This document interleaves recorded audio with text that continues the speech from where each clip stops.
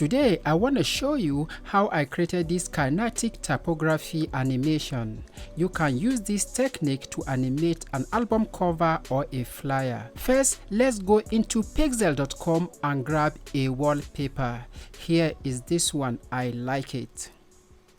Next, let's take it into Photoshop. We need to separate this into two layers. What I did here, I used the quick selection tool, then use the mask tool to mask out the balloon from the background. And on the background layer, I use the content aware fill and then use the clone stamp to correct some imperfection on the background. Things doesn't have to be very perfect. Now let's go into After Effects.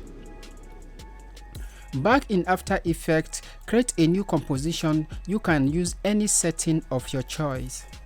Before we start the animation, we need to create a template from which we are going to animate. First, let's import our Photoshop layer and then select a composition for the default setting. This will allow us to have the two separate layers in a folder. Drag and drop the two separate layers into your timeline. Then add a text.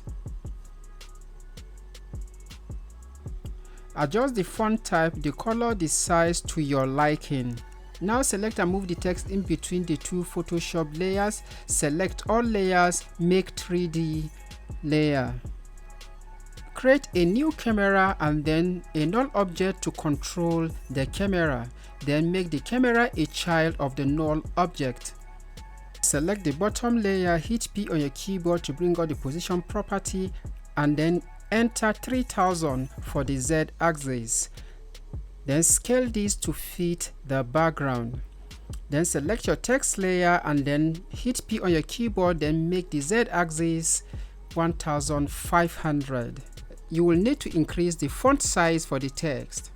Now select your camera controller, hit P on your keyboard to reveal the position property, then move your time indicator to 0 and set a keyframe. Then move to 2 seconds forward in time and set the value of the Z position to 827.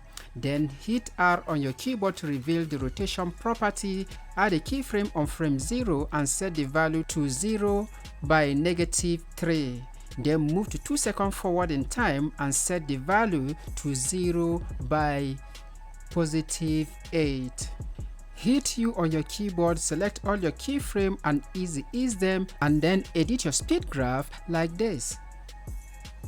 Now let's animate our text. Select the text layer, go to the animation tab and add a range selector. On the add button, then add scale and opacity.